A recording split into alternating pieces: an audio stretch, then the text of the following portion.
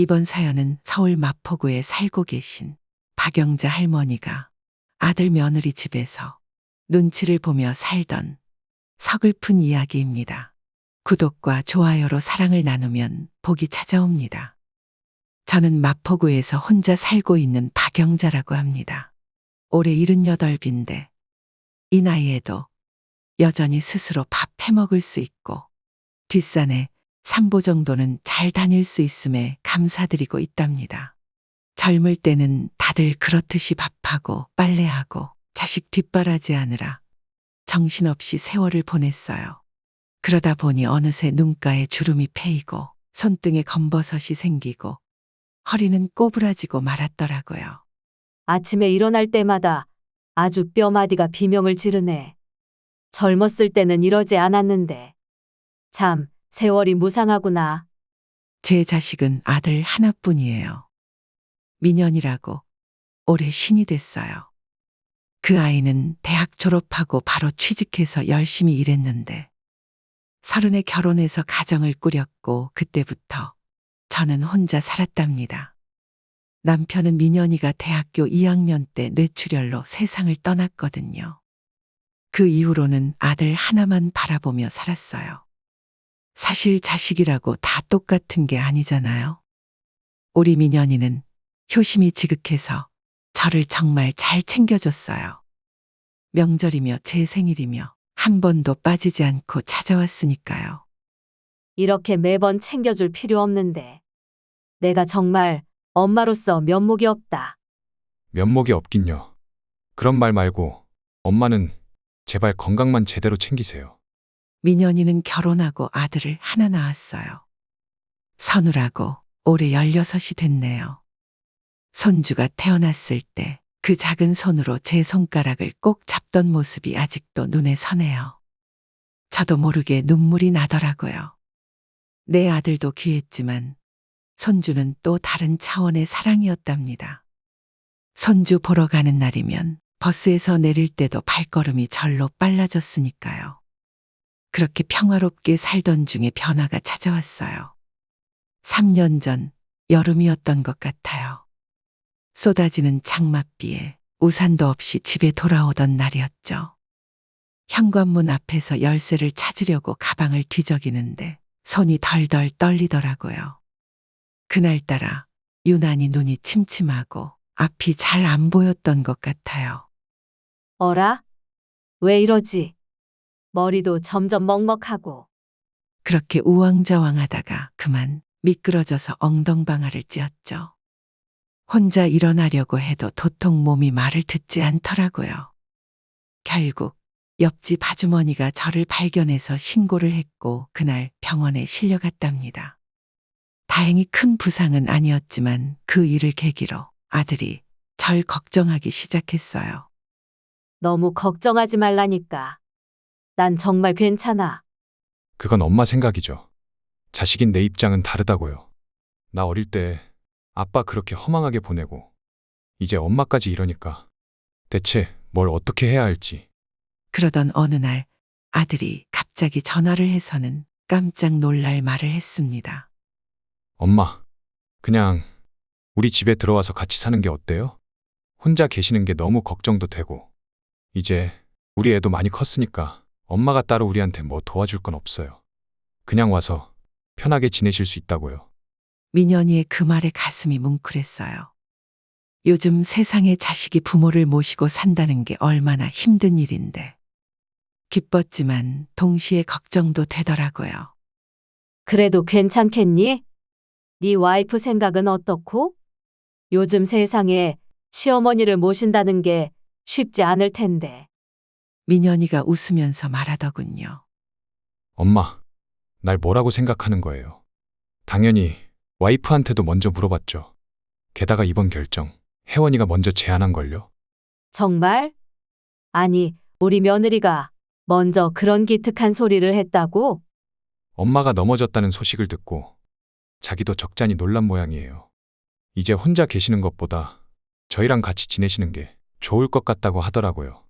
그러니까 제발 부담 갖지 말고 편하게 오세요. 네? 혜원이는 제 며느리인데 얼핏 보기에는 참 점잖은 여자예요. 아들이 데려와서 인사시킬 때 공손하게 인사하던 모습이 기억나네요. 하지만 그렇다고 서로 교류가 많았던 건 아니라서 친하지도 않죠. 그래도 아들이 며느리에게 미리 물어봐 괜찮다고 했다니 마음이 놓이더군요. 하지만 바로 결정하지 않고 며칠 더 생각해 보기로 했어요. 말은 고맙다. 하지만 이게 어디 보통 결정도 아니고 조금 더 생각해 볼게. 사실 혼자 사는 것도 20년 넘게 해왔으니 익숙해졌고 내 집에서 혼자 있는 삶이 편하기도 했거든요. 텔레비전 볼륨을 크게 틀어도 눈치 볼 필요 없고 늦게 일어나도 구박할 사람 없고요. 하지만 또 동시에 드는 생각은 이대로 계속 혼자 사는 게 맞을까 하는 것이었어요. 요즘은 무릎이 아파서 계단 오르내리기가 힘들었고 가끔씩 밤에 혼자 있으면 너무 적막해서 무서울 때도 있었거든요. 무엇보다 누군가와 말 한마디 나누고 싶을 때 옆에 아무도 없다는 게 참 서러웠죠. 그래서 결국 아들네 집으로 가기로 결정했답니다. 원래 살던 아파트는 월세로 내놓고 거기서 나오는 수익금의 일부를 아들에게 주기로 했죠. 아들은 괜찮다고 그냥 오시기만 하라고 했지만 그래도 짐이 되고 싶지 않았거든요. 이사하던 날 제 짐을 실은 트럭을 따라 민현이네 아파트로 들어갔어요. 엘리베이터 안에서 떨리는 마음을 진정시키느라 애를 먹었죠. 문이 열리자 손자 선우가 활짝 웃으며 달려나오더군요. 할머니 오셨어요? 오느라 고생 많으셨죠? 진심으로 반겨주는 손자의 행동에 절로 마음이 따뜻해지더군요. 반면 며느리 혜원이는 조용히 짐 정리를 도와주긴 했지만 표정이 밝지는 않았어요. 어머님, 이 짐들은 방에 넣어 놓으면 될까요? 응? 그래. 그래주면 고맙겠다.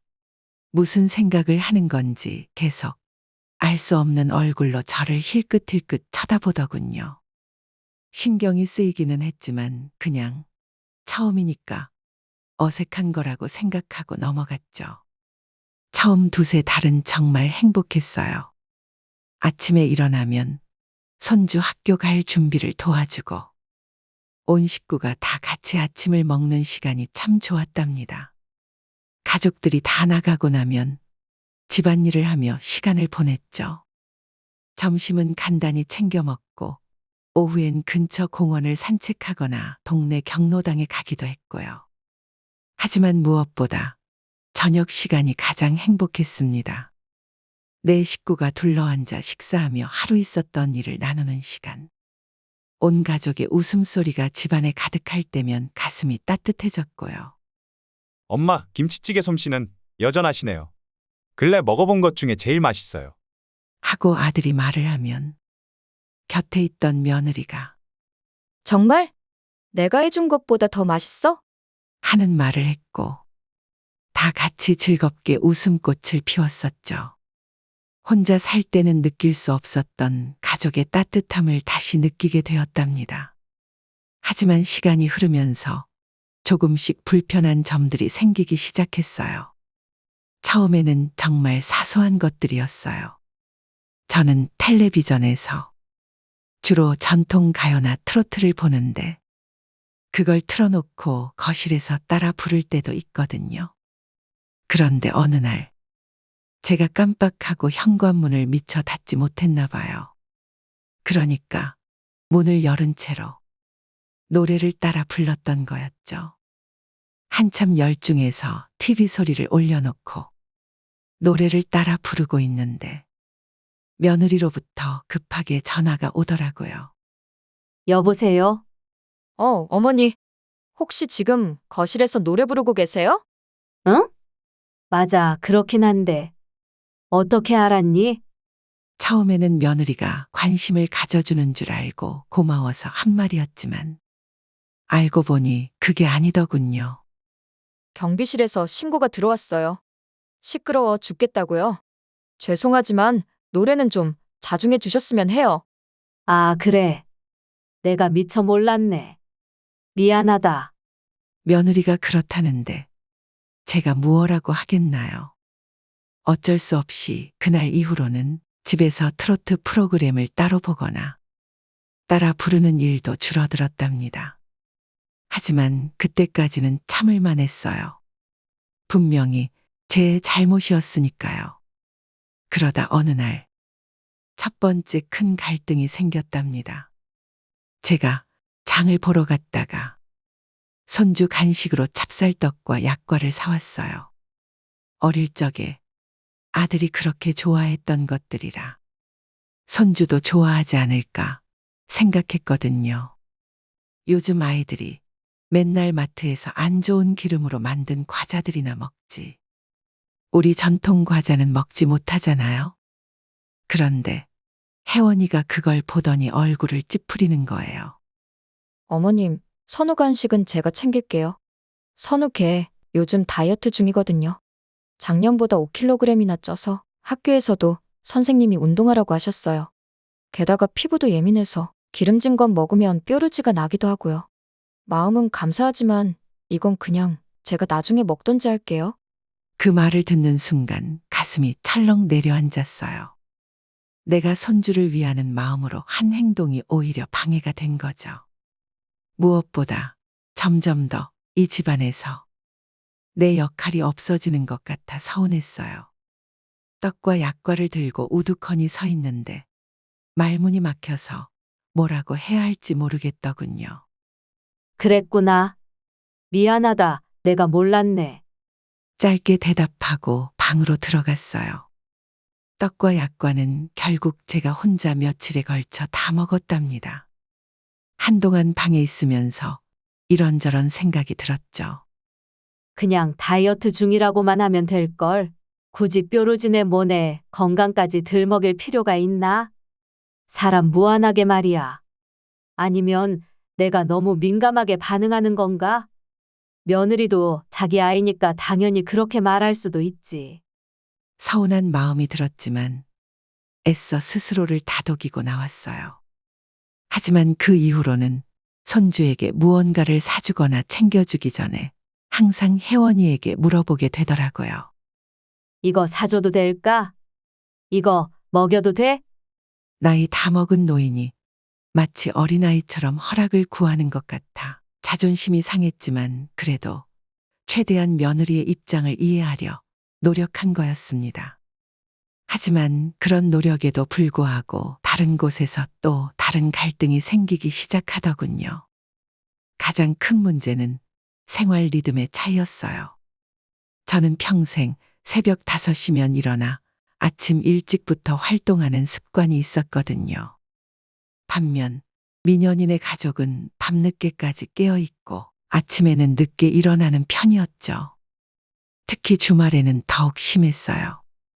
어느 토요일 아침, 저는 평소처럼 일찍 일어나 부엌에서 아침 준비를 하고 있었어요.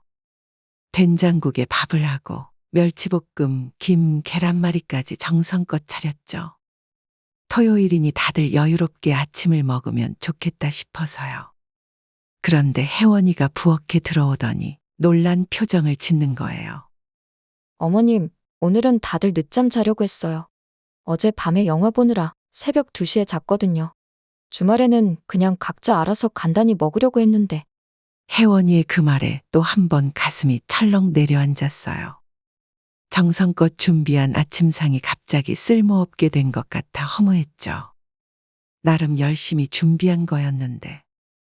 게다가 제가 준비한 음식 냄새를 맡은 며느리의 얼굴 표정이 썩어 문드러질 것처럼 찡그려지는데 그 또한 너무 속상하더라고요. 무엇보다 각자 알아서 라는 말이 왠지 더 서운하게 들렸어요. 가족이 함께 식사하는 게 당연하다고 생각했거든요. 그랬구나. 미안하구나. 내가 몰랐네. 그럼 이건 내가 혼자 알아서 먹을게. 아니에요, 어머니. 일단 차려주셨으니까 다 같이 먹어요. 남편하고 다들 깨울게요. 아니야. 그러지 마라. 난 괜찮으니까 얼른 들어가서 마저 쉬어. 아, 그게. 일단 알겠습니다. 그날 아침 저 혼자 식탁에 앉아 차려놓은 음식을 먹었어요. 세 개의 빈자리를 바라보니 울컥하더라고요. 이후로 주말 아침 식사는 거의 저 혼자만의 시간이 되었답니다. 하지만 그것보다 더 힘들었던 건 손주와의 거리감이었어요. 처음에는 할머니가 같이 산다고 좋아하던 아이가 점점 저를 불편해하는 것 같았거든요. 특히 사춘기에 접어든 손자, 선우는 말수가 줄고 방에만 틀어박혀 있더군요. 어느 날 손자의 방문을 조심스레 두드렸어요. 학교 숙제를 도와주고 싶었거든요. 괜한 할머니의 오지랖은 아니었어요. 그래도 제가 옛날 여자치고는 나름 대학물도 먹은 사람이었거든요. 하지만 선우야, 할머니가 숙제 좀 도와줄까? 안에서 들리는 목소리는 차갑기만 했어요. 괜찮아요, 할머니. 제가 알아서 할게요. 문 좀 닫아주세요. 용기를 내서 다가가 한 말이었지만 정작 손자는 뭘 하고 있었던 건지 황급히 자기가 보던 노트북 화면을 덮어버리더군요. 못내 아쉬웠지만 이내 그러려니 하고 방을 나왔습니다. 예전에는 무릎에 앉아 책 읽어달라고 조르던 아이였는데 참 아쉽다는 생각이 들었죠. 그렇다고 아들하고 잘 지내냐고 한다면 그것도 아니었습니다. 그 아이는 회사 일 때문에 늦게 들어오고 일찍 나가기 일쑤였거든요. 게다가 집에 있을 때도 피곤해 보여서 제 고민을 털어놓기가 쉽지 않았죠. 결국 혼자 아픔을 사귀는 수밖에 없었어요. 너무 갑갑해. 뭐라도 하고 싶고 대화라도 해보고 싶은데. 이대로는 전에 살던 집에서처럼 편하게 쉴 수도 없고, 그렇다고 대화를 나눌 사람이 있는 것도 아니니, 오히려 더 심한 감옥에 온 기분이야. 그날 밤 저는 방에서 베개에 얼굴을 묻고 한참을 울었습니다. 아무에게도 내 마음을 털어놓을 수 없는 현실이 너무 숨막히고 갑갑했거든요. 아들 민현이에게 말하면 며느리 혜원이와 갈등이 생길까봐 걱정됐고, 손주에게는 더더욱 말할 수 없었죠. 제 울음소리를 들었는지 밤늦게 아들 민현이가 제 방문을 두드렸어요. 엄마, 주무세요? 아들의 얼굴을 보니 참았던 눈물이 새어나오려고 했어요. 하지만 걱정시키고 싶지 않아 억지로 웃으며 말했죠. 아들 왔니? 피곤할 텐데 얼른 자지 않고. 피곤은요. 그나저나 뭐 좀 여쭤보려고요. 나한테? 우리 아들이 나한테 뭐가 궁금해서 그럴까? 민현이가 제 방에 들어와 잠시 앉더니 말을 이었습니다. 저희 집에 오신 지 이제 2달쯤 된 것 같은데 좀 어떠세요? 불편한 점은 없으세요? 아들의 말투에는 걱정과 근심이 섞여 있었습니다. 정말 아무것도 모르고 묻는 거라기보다는 이미 며느리에게 어느 정도 듣고서 말하는 것 같다는 생각이 들더군요. 그때는 정말 솔직하게 말하고 싶었어요. 혜원이가 저를 은근히 멀리 대하는 태도, 선우와의 거리감, 가족 식사 시간의 어색함 등. 하지만 민현이의 피곤한 얼굴을 보니 차마 말할 수가 없더라고요. 내가 불편할 게 뭐 있겠니? 이 나이 먹고 자식 집에서 호의호식하는 편한 팔자에. 난 다 좋아. 너희랑 같이 있어서 하루하루가 행복하단다. 제가 아들을 위로하고자 간신히 쥐어짜낸 대답에 민현이가 안심한 표정으로 웃더군요. 다행이네요. 혜원이도 어머니가 계셔서 좋다고 하던데요. 아들의 말을 믿기는 힘들었습니다. 며느리 혜원이가 저를 대하는 태도는 어디를 봐도 저를 생각하거나 걱정하는 태도는 아니었거든요. 그 말이 저에게는 거짓말처럼 들렸지만 그래도 민현이를 위해서 다시 한번 미소를 지었습니다. 그렇게 말해주니 고맙다. 아들, 피곤할 텐데 집에서 편하게 쉬는 엄마 걱정은 접어두고 얼른 너도 쉬어라. 그날 아들과의 대화를 마치고 나서 마음 한편으로는 아직 아들이 나를 신경 써주고 있다는 것이 좋기도 하면서도 또 한편으로는 이제는 아들에게도 속 시원하게 속마음을 말하지 못하고 점점 더 고립되어 가고 있다는 생각이 들더군요. 그리고 그런 것은 저만의 착각이 아니었습니다. 시간이 지나면서 점점 더 집에서 제 자리를 찾지 못하는 기분이 들었거든요. 제 집이라기보다는 마치 손님처럼, 아니 어쩌면 불청객처럼 느껴질 때도 있었죠. 발걸음도 조심해야 하고, 텔레비전 소리도 줄여야 하고, 요리할 때도 냄새가 많이 나지 않게 조심해야 했어요. 처음에 느꼈던 행복감은 어디론가 사라지고 그 자리를 소외감과 외로움이 채웠죠. 그러던 어느 날 거실에 걸려있는 액자가 눈에 띄었습니다. 새 액자였는데 언제 찍었는지 모를 가족 사진이 들어있더군요. 민현이와 혜원이 그리고 선우까지 세 명이 환하게 웃고 있는 사진이었죠. 의아한 것은 셋 모두 최근 모습이었다는 거였고 불과 얼마 전까지만 해도 없던 액자였다는 거였습니다. 오직 저만 빼놓은 사진 속에 셋은 환하게 웃고 있더군요. 마음이 싸늘해지는 느낌이었어요. 언제 찍은 사진일까? 왜 나는 없는 걸까? 조심스레 며느리에게 물어봤어요. 혜원아, 이 사진 예쁘네. 다들 너무 예쁘게 잘 나왔다. 혹시 언제 찍은 거니? 며느리는 대수롭지 않다는 듯 말하더군요. 아, 그거요? 지난달에 찍은 거예요. 지난달?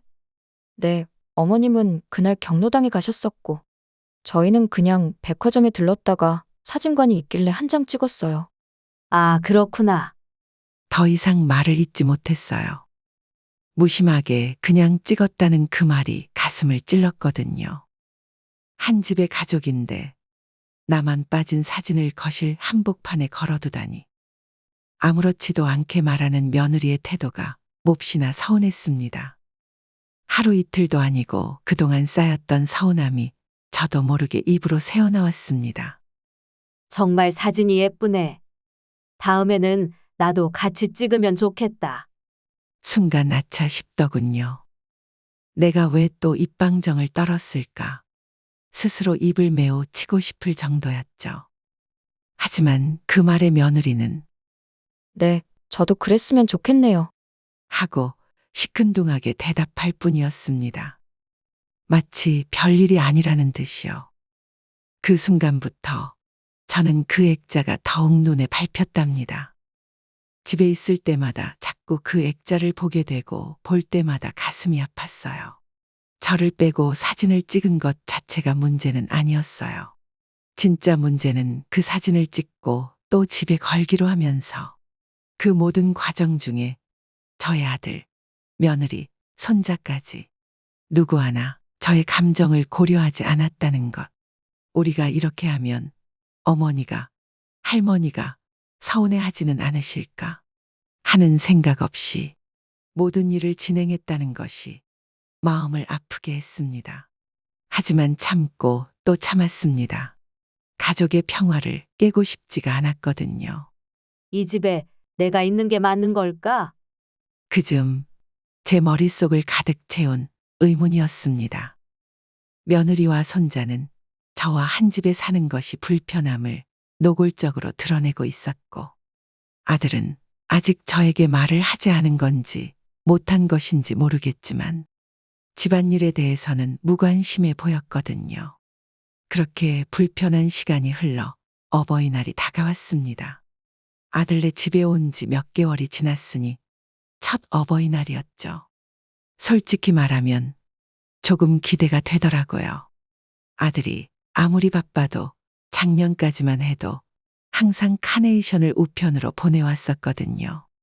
그 기억 때문인지 어버이날 아침에 일찍 일어나 조금 더 신경 써서 차려입었어요.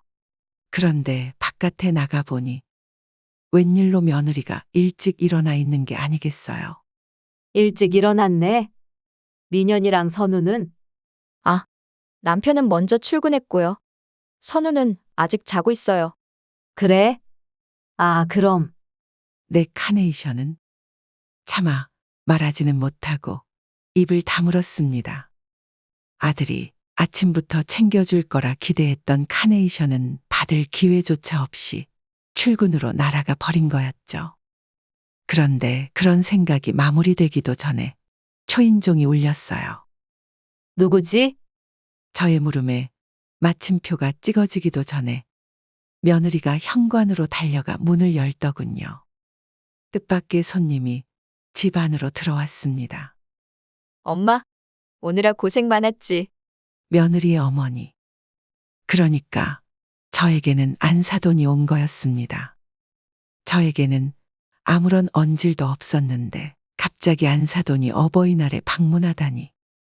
그것도 아침 식사 시간에 말이에요.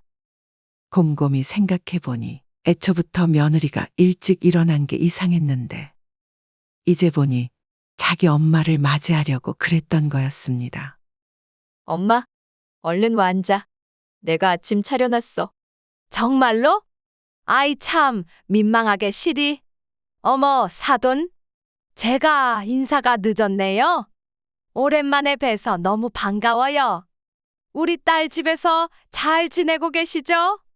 너스레를 떠는 안사돈의 말에 저는 더욱 당혹스러웠어요. 저에게는 전혀 언질도 없이 들어온 사람이 다가와서 친한 척까지 하는 건 좋았지만 우리 딸 집에서 잘 지내고 있냐니요? 그 말은 저에게 전혀 호의적으로 들리지 않았습니다. 이 집을 구매할 때 자기가 자금을 댔다. 이건가? 사실 아들 며느리 집을 처음 살 때 자금이 부족해서 사돈 쪽에서 자금을 꽤나 댔거든요. 그런데 그것도 벌써 10년이 훌쩍 넘은 일인데 그걸 지금 꺼내다니요. 서운한 마음이 울컥 들었고 마치 눈치를 주는 것 같았습니다. 하지만 항의를 하기도 전에 안사돈은 며느리가 차린 식탁으로 향하더군요. 엄마가 좋아하는 갈비찜으로 준비했어. 어머, 정말? 우리 딸밖에 없네. 사돈이 들어오자마자 며느리는 부산스럽게 움직이기 시작했어요. 평소에는 항상 제가 밥을 차리면 며느리가 깨작대며 먹고는 했는데 자기 엄마라고 직접 준비하는 모습이 꽤나 실망스럽고 배신감마저 느껴졌습니다. 그동안 며느리가 했던 변명들이 떠올랐죠. 죄송해요, 어머니. 저도 밥상 차리는 거 도와드리고 싶은데 어머니 솜씨에 비하면 저는 워낙 요리에 재주가 없어서요. 등등의 헛된 말들. 하지만 이제 보니 모두 거짓부렁이었습니다. 어머니도 얼른 와서 드세요. 자기 엄마는 이미 숟갈을 들고 앉았는데 며느리가 뒤늦게 저를 부르더군요. 내키지 않았지만 이대로 안사돈을 놔두고 가는 건 예의가 아닌 것 같아서 어쩔 수 없이 식탁에 앉았는데 문득 이상한 점을 발견했어요. 며느리가 싱글벙글 웃으며 카네이션을 꺼내는 거예요. 아주 크고 화려한 걸로요. 엄마, 어버이날 축하드려요. 라는 말과 함께 며느리가 자기 엄마의 가슴에 카네이션을 달아주었습니다. 게다가 휴대폰으로 사진을 찍더니 둘이 화기애애한 장면까지 연출하더군요. 그 모든 과정 중에 저는 텅 빈 가슴으로 안사돈이 행복해하는 모습을 그저 우두커니 지켜봐야만 했습니다. 엄마, 사진이 너무 예쁘게 나왔다. SNS에 올려볼까? 그럼 우리 딸이 이렇게 효녀인데 자랑해야지. 말하던 사돈이 슬쩍 저를 곁눈질하더니 호들갑을 떨었습니다. 어머, 아니 사돈. 사돈께서는 왜 카네이션을 안 달고 계세요? 네? 아니. 그게 뭐라고 답해야 할지 모르겠었고 너무나 민망해서 손발이 벌개질 정도였습니다. 내 아들이 나를 챙겨주는 걸 까먹어서요. 라고 해야 하나?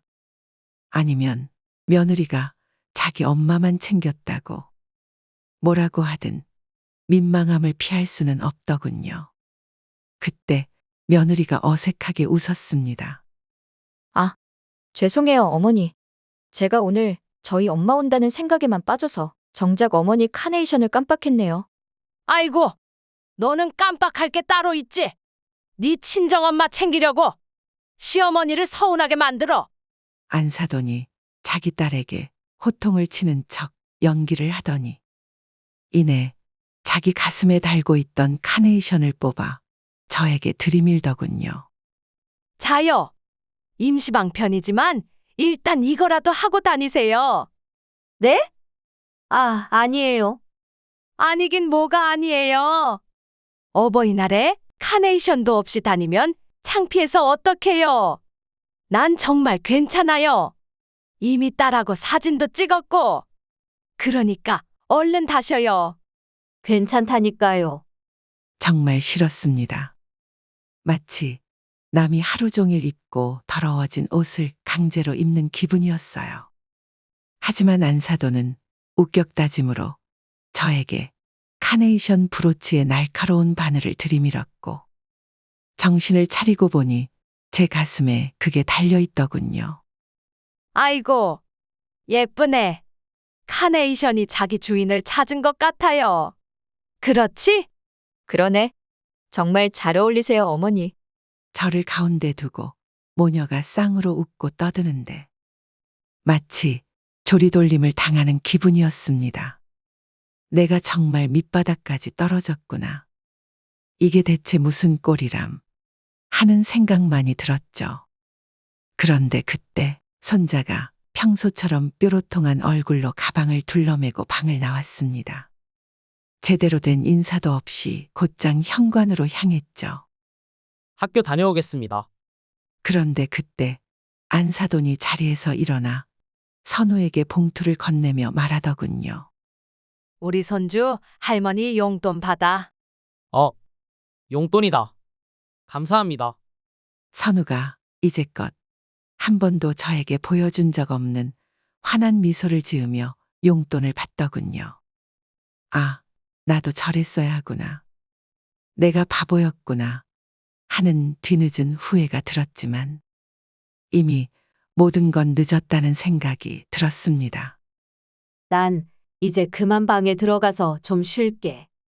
머릿속에서 자꾸만 떠오르는 후회와 좌절감 때문에 더 이상 안사돈과 며느리 곁에 있기가 힘들었습니다. 방에 들어가서 문을 닫고 숨죽인 채로 눈물을 흘렸습니다. 내가 바보였던 건가? 흔히 말하는 눈치 없는 시어머니였던 거야? 자책이 많이 들었어요. 스스로 잘못했다는 생각도 들었죠. 하지만 그럼에도 불구하고 아들과 며느리 그리고 손자 또한 저에게 최선을 다했다는 생각은 들지 않았습니다. 비록 모자란 시어머니라도, 모자란 할머니라도 조금은 이해해 줄 수 없는 거였나? 아무리 아쉽고 모자라더라도 잘못했다고 매번 타박하고 눈치 보게 만들고 쏙 빼놓고 가족 사진을 찍고 심지어는 어버이날 날에마저 차별을 두다니 서운하고 서러웠습니다. 이대로 이 집에서는 1초도 더 있기 힘들다는 생각이 머리에 가득 들었고요. 더 망설일 것 없이 자리에서 일어나 짐을 챙겼습니다. 처음 여기에 왔던 짐을 모두 챙겼죠. 그다지 많지도 않더군요. 저는 짐을 챙긴 채 방에서 나왔습니다. 나 잠깐 산책 좀 하고 올게. 현관문 앞에서 마지막으로 한 말이었습니다. 짐을 챙긴 저희 모습을 보고 혹시 며느리가 붙잡아 줄까 아니면 조금이라도 미안한 기색을 보일까 일말의 희망이라도 걸어보았지만 네, 어머님. 조심히 다녀오세요. 그저 그 한마디뿐. 며느리는 자기 엄마랑 대화를 하느라 현관을 쳐다보지도 않은 채 말했습니다. 그 순간 제 가슴 속에서 무언가가 확 끊어지는 것 같았어요. 더 이상 이 집에서 살 수 없겠다는 결심이 분명히 섰죠. 현관문을 닫고 밖으로 나왔어요. 아파트 단지를 걷는데 눈에 들어오는 모습들이 더욱 서글펐어요. 모든 사람들이 가슴에 카네이션을 달고 행복하게 웃으며 걸어가고 있었거든요. 젊은 부부가 아이와 함께 손을 잡고 걸어가는 모습, 노부부가 나란히 앉아 이야기를 나누는 모습, 모두가 행복해 보였어요. 경로당 앞을 지나는데 할머니들이 가슴에 예쁜 카네이션을 달고 한바탕 웃으며 나오고 있었고, 저도 그들처럼 가슴에 카네이션을 달고는 있었지만, 이건 나를 위한 카네이션이 아니잖아. 그때 바람이 불자 제 가슴에 위태롭게 달려있던 카네이션이 툭 하고 떨어지더군요. 바닥에 떨어진 카네이션을 바라보니 눈물이 왈칵 쏟아졌어요. 더는 참지 못하고 길 한복판에서 그만 주저앉고 말았답니다. 지나가는 사람들이 걱정스럽게 쳐다봤지만 어느 누구도 다가오지 않았어요. 저 할머니 왜 저래? 몰라. 미친 노인인가 봐. 나는 미치지 않았어. 그저 조금 더 서운하고 슬펐을 뿐. 남들보다 더 오해를 받고 있을 뿐이야. 이런저런 말들이 입안을 가득 채웠지만 나오는 것은 서러운 울음소리뿐이었습니다. 그렇게 한참을 울고 나서야 겨우 정신을 차릴 수 있었죠. 이제 어디로 가지? 원래 살던 집은 월세로 내놓은 상태라 당장 들어갈 수 없었어요. 그렇다고 아들네 집으로 돌아갈 수는 없었고, 한참을 고민하다 근처 모텔을 찾았어요. 당장 하룻밤이라도 머물 곳이 필요했으니까요. 누추한 모텔 방에 들어서자 마음이 더욱 무거워졌어요. 옆방에서는 이상한 소리가 들렸고, 간간히 술 취한 취객의 고함마저 들리는데, 이게 정말 현실인가 싶었죠. 내가 어떻게 이런 상황까지 몰렸을까? 텔레비전을 켜니 어버이날 특집 프로그램이 나오고 있었어요. 행복한 가족들의 모습에 채널을 급히 돌려야만 했습니다. 밤은 야속하게도 깊어져만 갔고, 여러 번 아들에게서 전화가 왔지만 받지 않았어요. 문자도 왔지만 읽지도 않았죠. 나도 이제는 모르겠다. 지금은 혼자 있고 싶었거든요. 자정이 넘어갈 무렵 갑자기 문자가 한 통 더 왔어요. 엄마, 저 모텔 앞에 왔어요. 문 좀 열어주세요. 놀랐어요.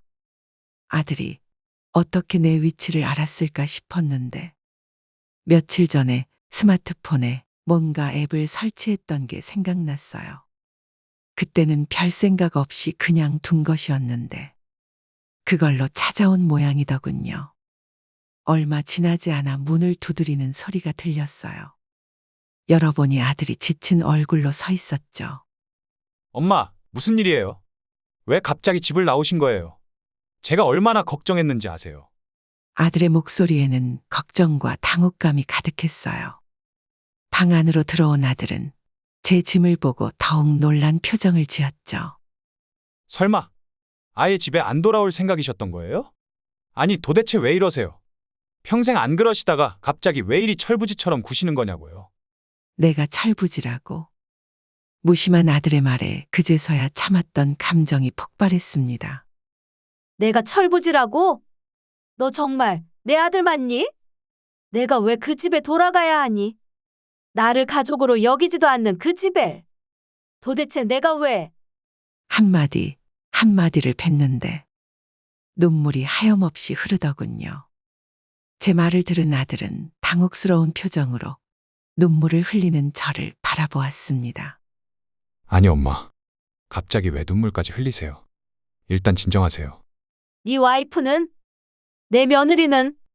나를 한 번도 가족으로 대해준 적이 없어. 가족 사진 찍을 때도 나만 빼놓고 어버이날에도 사돈만 챙기고. 내가 그동안 얼마나 서러웠는지 아니? 아들의 얼굴이 하얗게 변했어요. 그게 죄송해요 엄마. 그동안 엄마가 얼마나 서운하셨는지 제가 놓쳤나 봐요. 모르는 척하지 마라. 너도 사실 다 알고 있었잖아. 다 알면서도 모른 척한 거지. 나 때문에 내 와이프랑 사이가 틀어질까봐. 엄마, 내 잘못이 아예 없다는 건 아니다. 나도 잘못했지. 하지만 그래도 사람 취급은 해줘야 나도 숨을 쉬고 살 거 아니니? 나도 이제는 지쳤다. 더 이상 그런 집에서 살기 싫어. 내가 뭘 그렇게 잘못했다고 이렇게 대접받아야 하는지. 이럴 거면 그냥 나 혼자 사는 게 더 편하다고. 도대체 이럴 거면 나를 왜 데리고 나온 거니? 그렇게 모든 서운함을 털어놓았어요. 참아왔던 모든 이야기를 다 꺼내놓은 거죠. 아들은 한동안 말없이 듣기만 하더니 갑자기 고개를 숙이며 저와 함께 따라 울기 시작하더군요. 죄송해요, 엄마. 정말 죄송해요. 제가 일이 바쁘다는 핑계로 엄마 마음을 몰랐어요. 아니, 알면서도 모른 척 했어요. 엄마 말씀이 맞아요. 저희가 그동안 너무하기는 했던 것 같아요. 아들의 진심 어린 사과에 마음이 조금 누그러졌지만 그래도 돌아가고 싶지는 않았어요. 그러기에는 이미 너무 깊은 상처를 받았으니까요. 아들은 시간이 늦었으니 일단 집으로 돌아가서 이야기하자고 했지만 제가 고집을 꺾지 않자 새벽에 며느리와 손자까지 모텔방으로 달려왔습니다. 어머님, 며느리는 부어오른 눈으로 제게 다가왔어요. 정말 죄송해요. 제가 어머님 마음을 많이 다치게 했네요. 오늘 있었던 일도 그동안 있었던 모든 일도 다 제 잘못이에요. 그러니까 일단 진정하세요. 선우 아빠하고 선우는 무슨 죄예요? 그냥 이건 어머니랑 저 사이에서 풀면 되는 문제잖아요. 네? 며느리의 말에서는 여전히 저에 대한 미안함은 느껴지지 않았습니다. 그저 너랑 나랑 둘이서 풀 문제를 왜 이렇게 크게 키우냐는 듯한 원망만이 느껴졌죠. 그래서 더더욱 돌아가서는 안 된다는 생각이 들었습니다. 됐다. 너랑은 이제 그간의 오해를 풀 이유도 동기도 없는 것 같구나. 네? 아니, 어머님, 왜 말씀을 자꾸 그렇게 하시는 건지. 너야말로 말을 참 재밌게 한다. 그래, 내가 모자라고 무식한 노인네인 건 알겠다. 하지만 그렇다고 이렇게까지 해야겠니? 내가 너네 가족에게 끝끝내 민폐만 끼치는 노인으로 만들어야겠냐는 말이야. 이 모텔까지 내가 너희더러 오라고 했던? 너네가 온 거야. 난 오지 말라고 했고 신경 끄라고 했다고. 그런데 너네 욕심으로 찾아와 놓고선 왜 나한테 뭐라고 하는 거냐고. 저의 말에 아들과 며느리는 제대로 된 답변 하나 하지 못했고 결국 그날 밤 저는 혼자 모텔에 남았습니다. 저는 다음 날부터 이전에 머물던 집의 세입자가 나갈 때까지 저 혼자서 머물 원룸을 찾았고 며칠 뒤 들어갔습니다. 아들과 며느리는 계속해서 찾아와 사과했지만 제 마음은 쉽게 돌아서지 않았어요. 엄마, 정말 죄송해요. 한 번만 기회를 더 주시면. 됐다. 어머니, 너무 그러지 마시고요. 아, 됐다니까. 내가 거기를 다시 들어갔다간 두 발로 걸어서 나오는 게 아니라 관짝에 실려 나올 게 분명한데. 미쳤다고 다시 기어 들어가니. 말은 시원하게 했지만 원룸에서의 첫날 밤 저는 창밖을 바라보며 생각했어요. 이제 어떻게 해야 할까? 아들네가 지금은 관심 있는 척하지만 이 또한 오래가지 못할 거고 앞으로 내 인생은 정말 혼자 살아가야 하는 걸까? 아직은 답을 내리지 못했지만 한 가지는 확실했어요. 더 이상 누구의 눈치도 보지 않고 내 인생은 내가 결정하겠다는 것. 그것만은 분명했답니다. 며칠이 지나고 나서야 마음이 조금 진정되었어요. 아들이 매일같이 전화를 하고 찾아오려 했지만 완강하게 거절했답니다. 원룸 창가에 앉아 바깥 풍경을 바라보는 시간이 많아졌어요. 거리를 지나가는 사람들, 아이들을 데리고 산책하는 젊은 부부들, 학교에서 돌아오는 학생들. 그들의 일상을 바라보며 내 삶을 돌아보게 되었죠. 젊은 시절에는 오직 가족만을 위해 살았고, 남편을 위해 아들을 위해 내 모든 것을 바쳤었는데, 이제 보니 정작 나 자신을 위한 시간은 별로 없었구나. 그러다 문득 깨달았어요. 이제는 나를 위해 살아도 되지 않을까? 내가 좋아하는 것을 하며 내가 원하는 삶을 살아도 괜찮지 않을까? 아들이나 다른 것들에 묶여 사는 게 아니라 말이야. 그렇게 생각하니 마음이 조금씩 가벼워지더군요. 아들네 집에서 벗어났다는 것이 처음에는 큰 상처였지만 이제는 오히려 새로운 기회처럼 느껴졌어요. 내 삶을 새롭게 시작할 수 있는 기회 말이에요. 사연은 여기까지입니다. 어떠셨나요? 박영자 할머니의 사연은 완벽하지 않은 인간, 그러면서도 가족에 대한 사랑을 가진 현실적인 어머니의 이야기였던 것 같습니다. 가족 관계, 노인 소외 문제에 대해 다시 한번 생각해 보게 됩니다. 여러분의 생각은 어떠신가요? 댓글로 함께 소중한 의견 나누어 주시기 바랍니다. 구독과 좋아요로 사랑을 나누면 복이 찾아옵니다. 감사합니다.